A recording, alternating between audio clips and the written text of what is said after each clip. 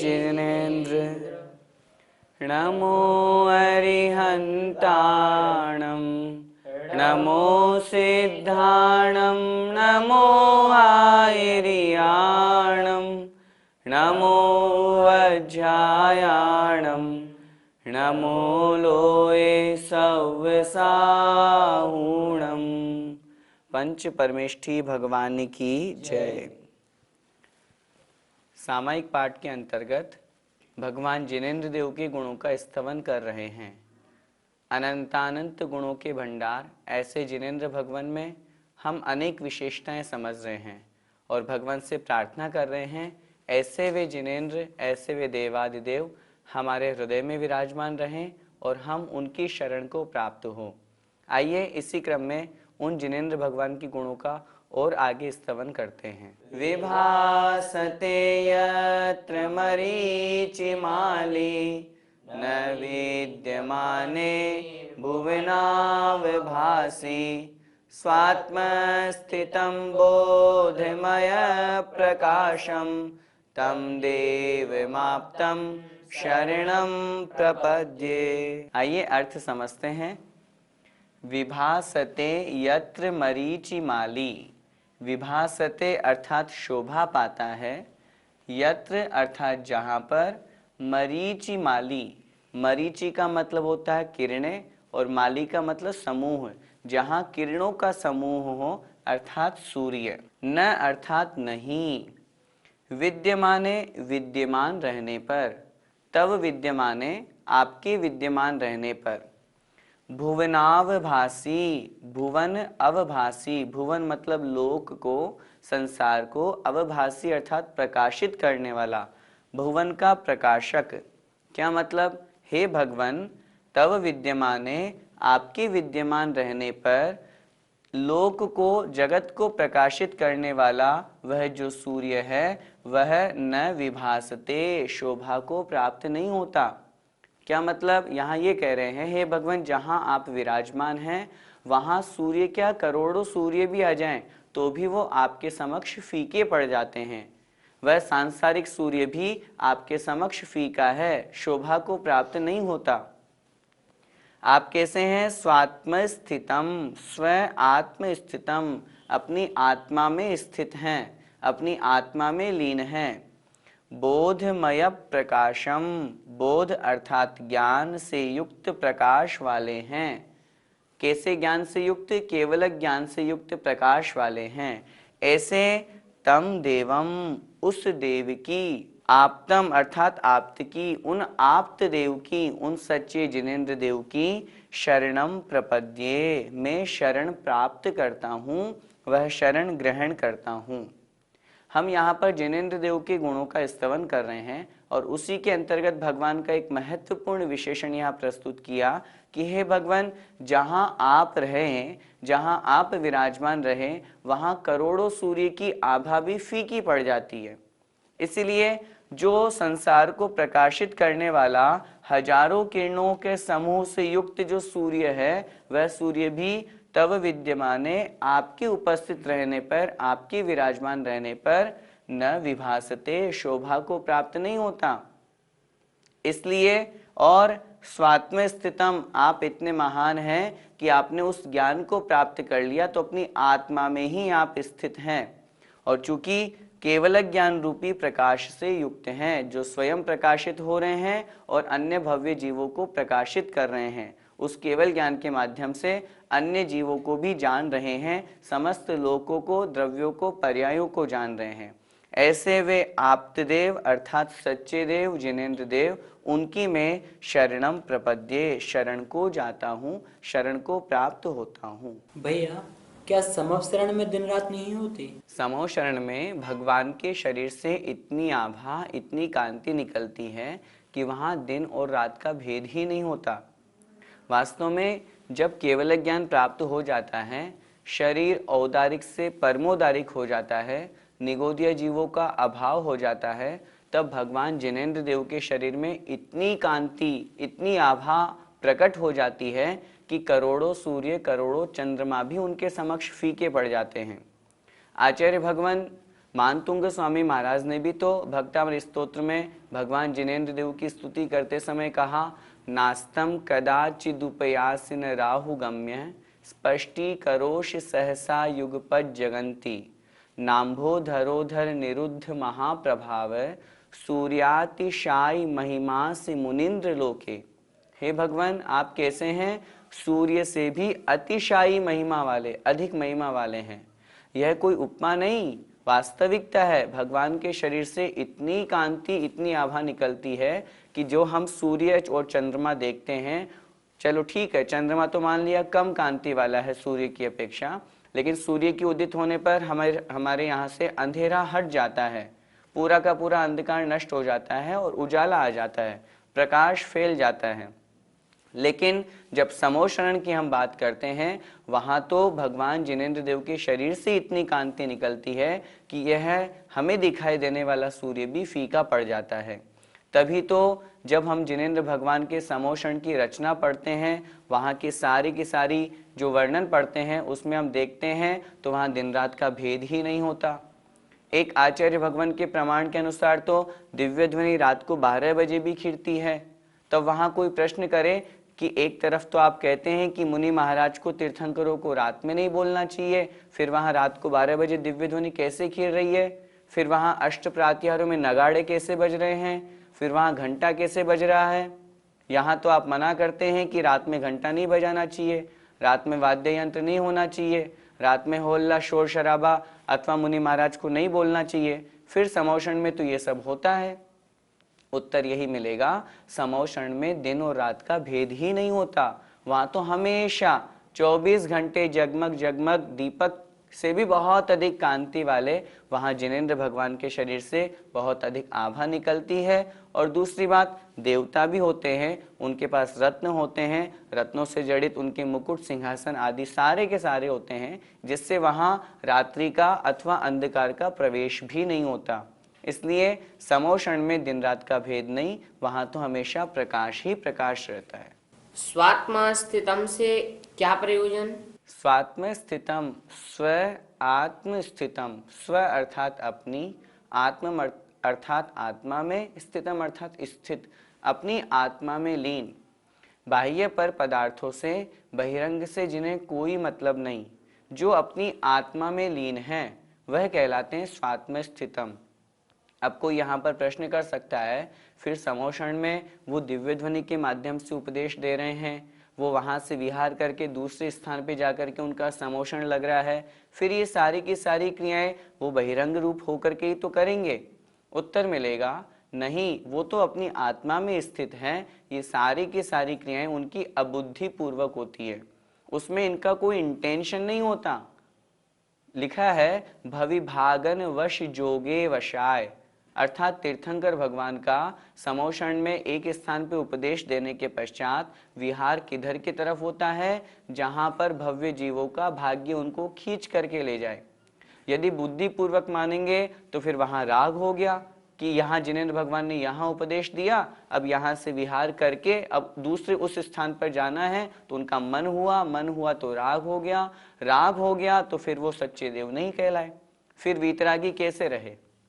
इसलिए वीतरागी हैं, उनका किसी भी वस्तु में कोई इंटेंशन नहीं, किसी स्थान पर जाने का उनका कोई मन नहीं, उनको उपदेश देने की प्रवृत्ति भी अनायास होती है, अबुद्धि पूर्वक होती है।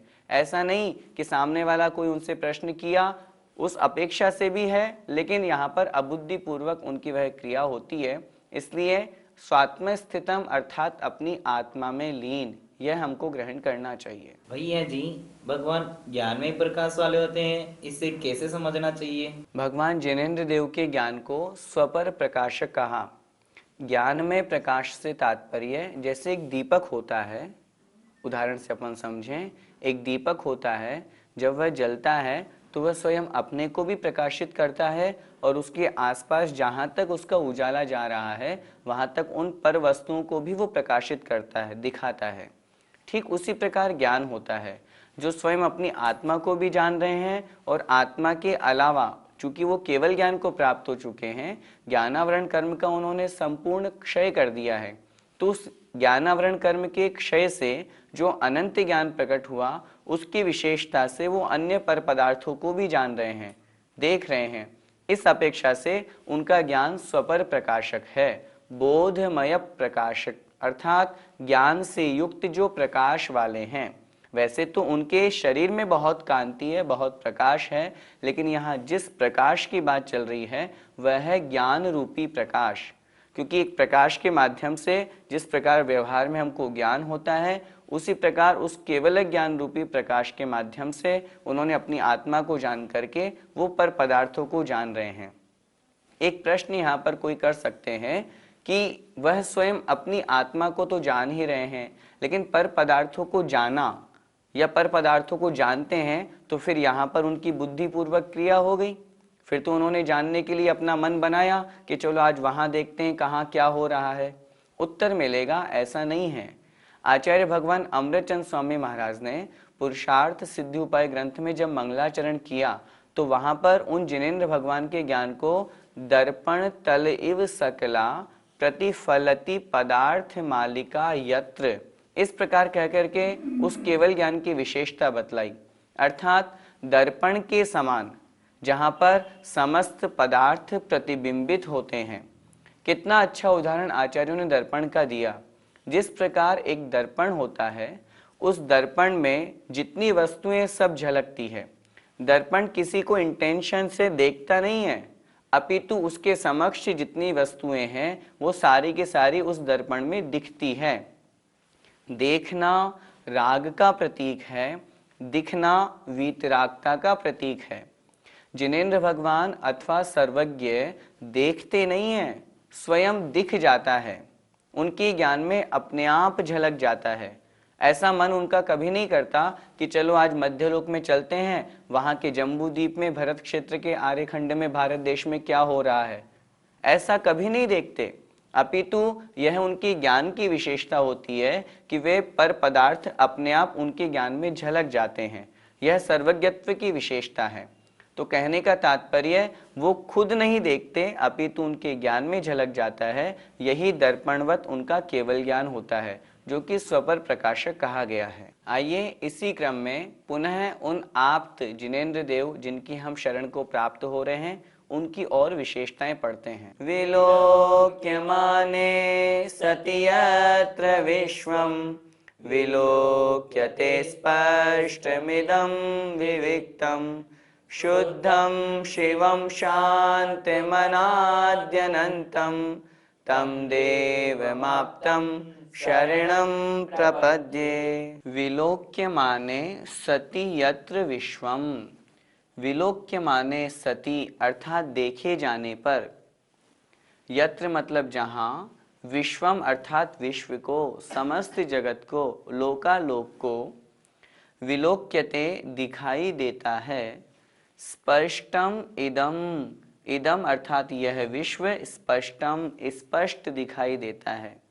कैसे स्पष्ट? विविक्तम अर्थात अलग अलग, पृथक पृथक। क्या मतलब? यदि विश्व को देखे जाने पर, अर्थात भगवान के ज्ञान की विशेषता बतला रहे हैं, विश्व को देखे जाने पर यह सारा का सारा विश्व स्पष्टम विविक्तम विलोक्यते अर्थात स्पष्ट अलग अलग दिखाई देता है। अर्थात वस्तुएं, पर्याय, पदार्थ, तत्व आदि ये सब मिले जुले नहीं, सबका अलग अलग स्वरूप, सबकी अलग अलग भिन्न भिन्न पर्याय बहुत स्पष्ट दिखती है। ऐसा नहीं कि दीवार के पीछे कुछ छिपा हुआ तो वो नहीं दिखा, अथवा कैसे से कोई आड़े आ गया तो वो नहीं दिखा।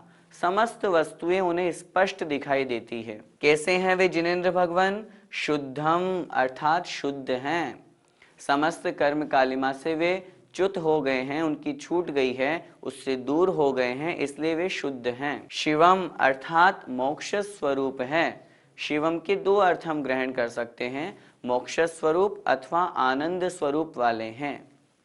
शांतम अनादि अनंतम, शांतम अर्थात शांत है, क्रोधादि कषाय रूप परिणति नहीं है, अथवा कोई अन्य दूसरी कषाएं उनको अशांत नहीं कर सकती, किसी से वे इफेक्टेड नहीं है, ऐसे शांतम शांत है।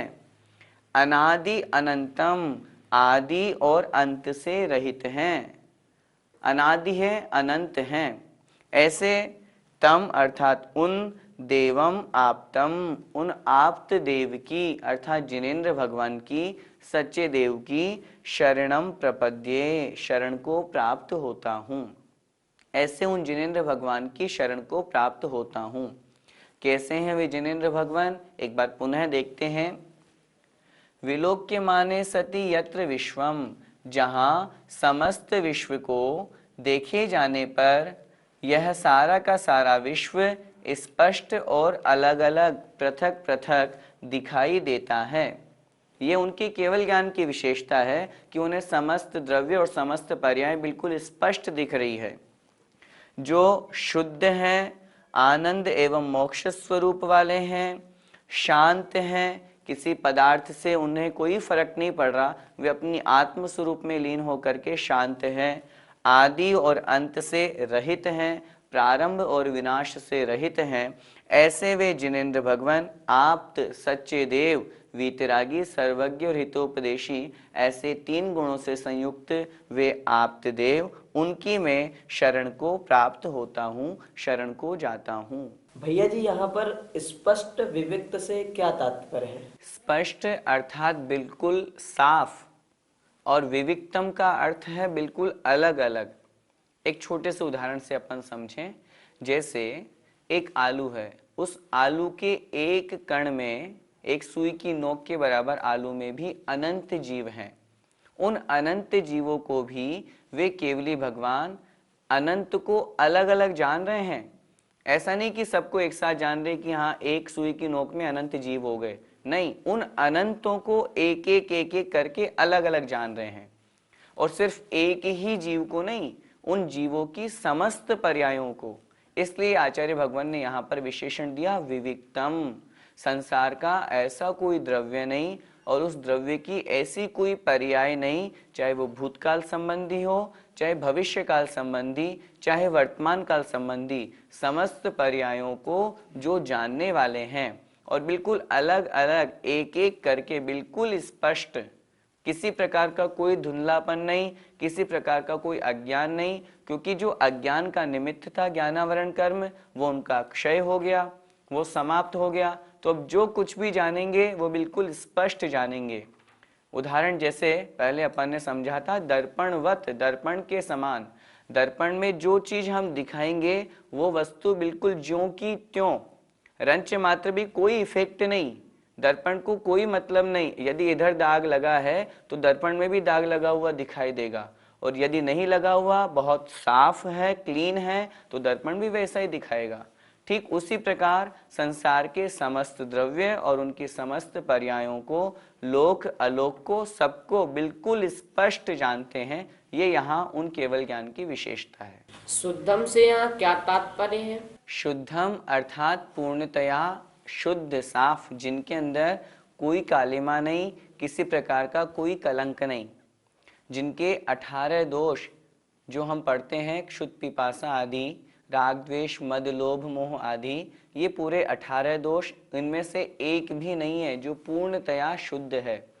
या बहुत स्पष्ट अगर हम समझना चाहें तो जो 3 प्रकार के कर्ममल है, द्रव्य कर्ममल, भाव कर्ममल और नो कर्ममल, इन तीनों प्रकार के कर्ममलों से जो रहित हैं, ज्ञानावरण कर्म जो द्रव्य कर्म कहे गए हैं, राग द्वेष मद लोभ मोह चिंता आदि जो भाव कर्म कहे गए हैं, और शरीर आदि जो नो कर्म अर्थात किंचित कर्म कहे गए हैं, जो तीनों प्रकार के कर्म मलों से रहित हैं। आचार्यों ने कर्म को भी मल की संज्ञा दी है, गंदगी है, अशुद्धता का प्रतीक है। इसीलिए तो हम और आप संसारी प्राणी अभी अशुद्ध हैं, शुद्ध नहीं है, क्योंकि कर्म साथ में लगा हुआ है। जैसे किसी व्यक्ति के साथ में मल लगा हुआ है, गंदगी लगी हुई है, तो हम उसे अशुद्धि तो कहते हैं। हमारे साथ में भी तो, चाहे हम किसी भी पर्याय में रहें, संसार में हैं तो संसार में तो हमारी आत्मा अशुद्ध ही है। शुद्ध तो तब होगी जब ये कर्ममल छूट जाएंगे, गंदगी साफ हो जाएगी। जिनेंद्र भगवान की वह गंदगी, वह मल, वह कर्ममल दूर हो चुका है, नष्ट हो चुका है, इसीलिए उनको यहाँ पर संज्ञा दी, हे भगवान आप शुद्ध हैं। भैया जी यहाँ शिवम से क्या तात्पर्य है? शिवम से तात्पर्य कल्याणकारी, शिवम से तात्पर्य सुख का भोग करने वाले, आनंद स्वरूप। जिनेंद्र भगवान कैसे हैं? उन्होंने उस मोक्ष मार्ग पर चलकर स्वयं अपनी आत्मा का कल्याण तो किया ही किया है, साथ में न जाने कितने भव्य जीवों का कल्याण किया। हम स्वयं मन में विचार करें, भगवान जिनेंद्र देव के दर्शन से, जिनबिंब दर्शन से सम्यक दर्शन की उत्पत्ति, समोषण में जाने से कितने भव्य जीवों को सम्यक्त की प्राप्ति हो जाती है। भगवान जिनेंद्र देव की दिव्य ध्वनि से हम और आप आज जो कुछ भी सुन रहे हैं, समझ रहे हैं, जो कुछ भी लाभ प्राप्त कर रहे हैं, जो कुछ भी पुण्य प्राप्त कर रहे हैं, वो सब उन्हीं जिनेंद्र देव की महिमा है। उन्हीं दिव्य ध्वनि के माध्यम से हमने समझा और समझ करके हम उसे अपने जीवन में धारण कर रहे हैं। तो इसलिए भगवान कैसे हैं? शिवम, कल्याण करता है, अर्थात स्वयं अपनी आत्मा के कल्याण के साथ साथ अन्य भव्य जीवों का भी कल्याण का उपदेश देने वाले हैं, और साथ में आनंद स्वरूप हैं। उन्होंने स्वयं उस पद को प्राप्त करके अपने आत्मिक सुख, आनंद को उन्होंने प्राप्त कर लिया। और एक अपेक्षा से मोक्ष भी यहाँ पर अर्थ हम ग्रहण कर सकते हैं, जो अभी 13वें गुण स्थान में है और नियम से मोक्ष को प्राप्त करेंगे, अथवा जो मोक्ष को प्राप्त कर चुके ऐसे सिद्ध भगवान, ऐसे वो शिव हैं। भैया जी यहाँ आपके लिए अनादि नूतन विशेषण क्यों दिया गया? आप्त का अर्थ है सच्चे देव, जिनेंद्र देव, चाहे वो अरिहंत अवस्था की हम बात करें अथवा सिद्ध अवस्था की। विशेषण है अनाद्य अनंतम, अनादि अनंतम। अनादि अर्थात जिसका कोई आदि प्रारंभ ना हो, और अनंत जिसका कोई अंत ना हो। सिद्धालय में सिद्ध भगवान विराजमान है। हम आपसे पूछते हैं वह कब से है? उत्तर मिलेगा अनादि काल से है। कब तक रहेंगे? उत्तर मिलेगा अनंत काल तक रहेंगे। ये जिनेंद्र भगवान की विशेषता है, सिद्ध भगवान है। अनादि काल से जीव मोक्ष को जा रहे हैं, सिद्धालय को प्राप्त हो रहे हैं, जिनेंद्र पद को प्राप्त कर रहे हैं, और अनंत काल तक वहाँ रहेंगे। और यही प्रोसेस, यही प्रक्रिया सिद्ध बनने की अनंत काल तक रहेगी। इसलिए यहाँ आप्त का विशेषण दिया, हे भगवान आप कैसे हैं जो आदि और अंत से रहित हैं। हे भगवान मैं भी उस आदि और अंत से रहित उस सिद्ध पद को प्राप्त करूं, इस प्रकार की यहाँ पर भावना की गई है। इस प्रकार आज की ज्ञानशाला में हमने जो जिनेंद्र भगवान की स्तुति पढ़ी, उस जिनेंद्र भगवान की स्तुति के अंतर्गत ऐसे वे जिनेंद्र भगवान जिन्हें केवल ज्ञान के माध्यम से समस्त लोकालोक, समस्त द्रव्य, उनकी समस्त पर्यायें पृथक पृथक अलग अलग दिखाई देती हैं, जो सभी प्रकार के कर्ममलों से रहित होकर के शुद्ध हैं, जो आनंद स्वरूप हैं, भव्य जीवों का कल्याण करने वाले हैं, अनादि एवं अनंत हैं, ऐसे उन जिनेंद्र भगवान की शरण को हम प्राप्त हो रहे हैं। निश्चित रूप से इस प्रकार की स्तुति करने से भगवान जिनेंद्र देव के प्रति हमारा समर्पण भाव जागृत होता है, जिससे हमारे भाव और निर्मल होते हैं, भगवान के चरणों की ओर अग्रसर होते हैं, जिससे महान पुण्य कर्म का आश्रय होता है। हम सभी को ऐसे सच्चे देव जिनेंद्र भगवान की शरण को प्राप्त होना चाहिए। जय जिनेंद्र।